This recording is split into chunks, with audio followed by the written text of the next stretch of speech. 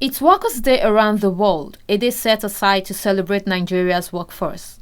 Hitting the street of Lagos, we got different opinions from different workers about the significance of Workers' Day celebration in Nigeria.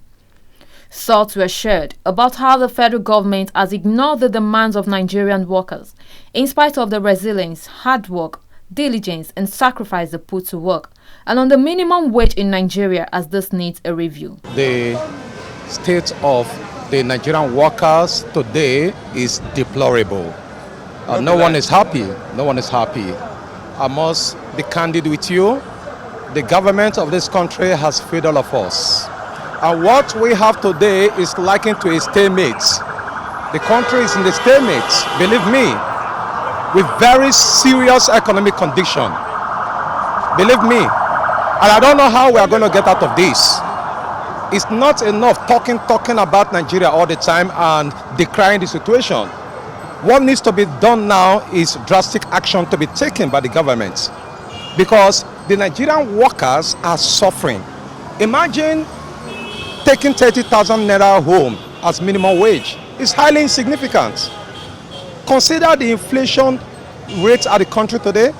Even if you are taking 100,000 naira total salary package in a month, it goes nowhere. Even 200,000 naira has lost its value. More Lagos residents spoke on the challenges facing workers in Nigeria and its contribution towards national development, saying Nigeria lacks enabling environments suitable for work. I will read them in the books, some of the things that they, manufacture there, some of the things they navigate there. If they were to be here, they will not do it because there is no enabling environment.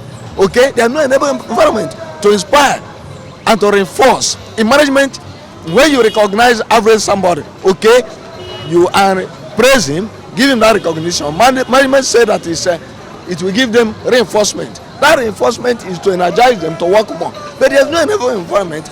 There's no reinforcement. There's no recognition. There's nothing to make Nigerian worker, both private and public sector. I tell you the truth, because the private sector, you see a lot of exploitation. How private people exploit Nigerian workers. You go to government to give them that reward that they've worked for. It's not there. So there's nothing to inspire Nigerian workers to give their best.